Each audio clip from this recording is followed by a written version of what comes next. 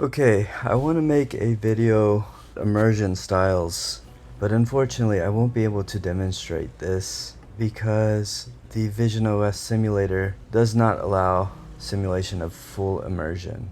That's just because you can't really see full immersion. So when you want to test this, you're going to actually want to test it on a real device. But I wanted to go over immersion style selection in. So maybe I can cut some screen caps from this video. I might be able to cut some screen caps from this video. I know it's probably copyrighted.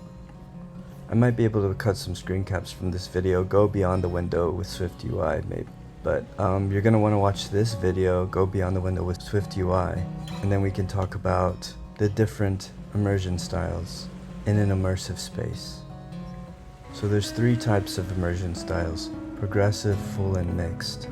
And when you have an immersive space, you can have an option to define the immersion style. You have two attributes, selection and in.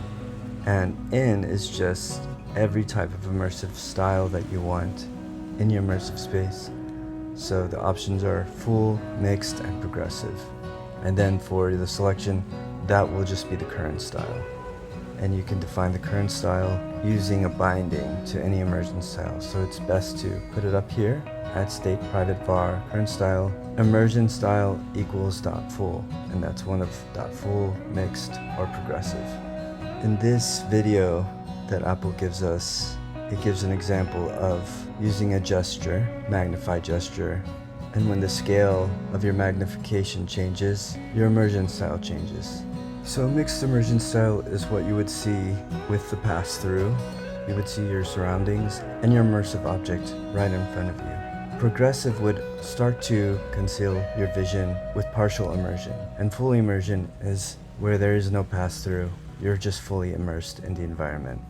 Another thing to note is that for a mixed style, a virtual object obscures part or all of the window that's behind the object. Similarly, a window obscures a virtual object that's behind the window. However, for other styles, windows will always render in front of the virtual content, no matter how someone positions the window or the content. This helps people avoid losing track of windows behind virtual content when pass-through is partially or completely off. So basically, when you're in a fully immersive space, you're going to want to see some windows. You're going to want to be able to orient yourself and be able to have controls. So windows will always be in front of the virtual content.